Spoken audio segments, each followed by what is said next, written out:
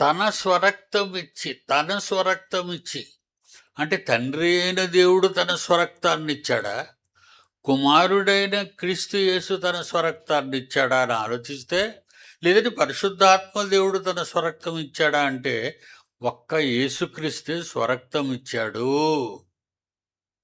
కనుక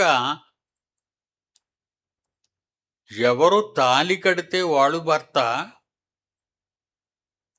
తాళి ఈయన కట్టాడండి భర్త ఆయనండి అని ఏ ఆడ మనిషి అన్నా చెప్పుకుంటుందండి?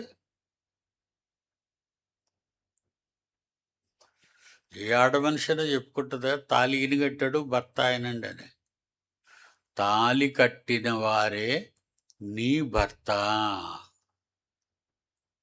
మర్చిపోకూడదు.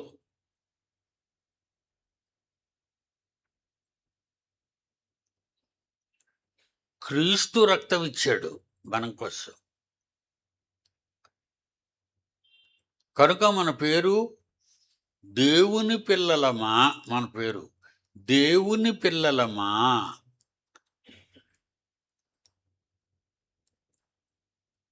క్రీస్తు రక్తము చేత కొనబడిన క్రైస్తవులమా?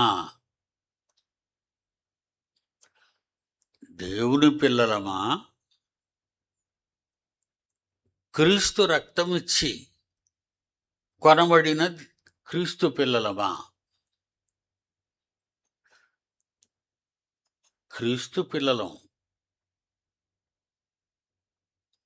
దేవుని పిల్లలం కూడా. అప్పుడు చెప్పాలి దేవుడి పేరు.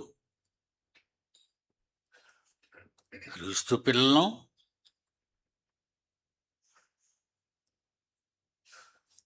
తండ్రి పిల్లలం. ఏదో ఒకటి వదిలేసిన తప్పే. తండ్రి పిల్లలం, క్రీస్తు పిల్లలం. నేను వాక్యం చెప్పి కదా మిమ్మల్ని తీసుకొచ్చాను. మీరు నా పిల్లలు. క్రీస్తు వాక్యంతో నేను మిమ్మల్ని కన్నాను. నేను తండ్రినే, క్రీస్తు తండ్రి అయిన దేవుడు మీకు తండ్రే. ఎంత క్లారిటీగా చెప్పాలి. దేవుని వాక్యాన్ని ఎలా విడగొట్టాలి? కోడి మాంసం కొట్టుకెళ్తే వెంట్రుకలు తీసేసి కసా కసా కసా కసా కసా కోసి మొక్కలు కొట్టి ఇచ్చాడు. ఏ పార్టుగా పార్టుకు వస్తాడు.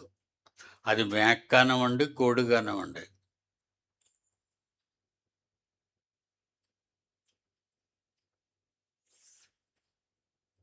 అందుకే బైబిల్లో ఏం రాయబడింది? తిమోతికి రాసిన 2వ పత్రిక 2వ అధ్యాయం. అందరూ తీయండి. తిమోతికి రాసిన 2వ పత్రిక 2వ అధ్యాయం 2వ అధ్యాయం 15వ వచనం. 15వ వచనం. తిమోతికి రాసిన 2వ పత్రిక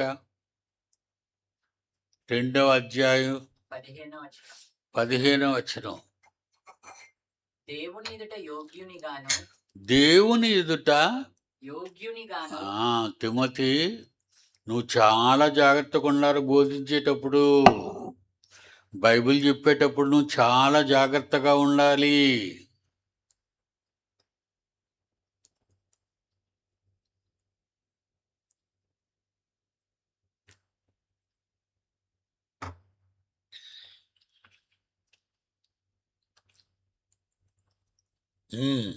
సిగ్గుపడనక్కర్లేని పనివానిగాను. సిగ్గుపడనవసరం లేదు. నువ్వు వాక్యం చెప్పేటప్పుడు ఎవ్వరికి భయపడనవసరం లేదు, సిగ్గుపడనవసరం లేదు. వ్రాయబడినది ఉన్నది ఉన్నట్టుగా నువ్వు చెప్పాలి. అలా చెప్పకపోతే నీవు చాలా ప్రమాదంలో ఉన్నట్టే అన్నాడు. సత్యవాక్యము సత్యవాక్యాన్ని సరిగా ఉపదేశించాలి అన్నది చూడండి. అక్కడ సత్యవాక్యమును సరిగా ఉపదేశించాలి. సరిగా కిందన ఏమనుందండి పుట్టినోట్లో? సరిగా విభజించాలి బైబిలు.